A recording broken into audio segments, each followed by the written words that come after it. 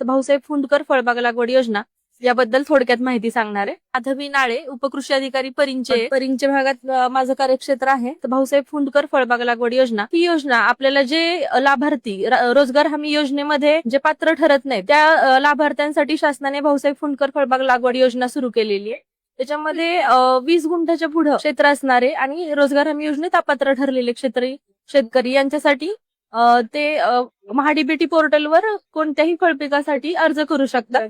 ज्या आपल्या शासनाचे जे नॉर्म्स आहेत त्या विहित मर्यादेत अंतरासाठी आपण अर्ज करू शकता. त्यानंतर आपल्याला लागवडीपासून म्हणजे लागवडीची जी पूर्वतयारी आहे, जमीन तयार करणे, त्यानंतर खड्डे खोदणे, त्यानंतर खड्डे भरणे, रोपांची लागवड करणे, त्यानंतर आंतरमशागत करणे आणि बाकीच्या आपल्या जे 3 वर्षात हे अनुदान आपल्याला मिळणार आहे. पहिल्या वर्षी आपल्याला अनुदानाची 50% रक्कम शेतकऱ्याला थेट डीबीटी मार्फत, डायरेक्ट बेनिफिट ट्रान्सफर मार्फत खात्यात जमा होणार आहे. त्यानंतर 30% रक्कम ही जी तुमचं पीक संरक्षण आणि आंतरमशागत जे आहे दुसऱ्या वर्षी त्याच्यामध्ये जमा होणार आहे आणि तिसऱ्या वर्षी पण पीक संरक्षण आणि आंतरमशागत. त्याच्यामध्ये शेवटपर्यंत आपल्याला 100% झाडं जगवणं बंधनकारक आहे आणि शेतकऱ्यांना फळबाग लागवडीचं क्षेत्र वृद्धिंगत होण्यासाठी प्रोत्साहनपर योजना अतिशय एक चांगली योजना शासनाने आता सध्या आणलेली आहे. धन्यवाद.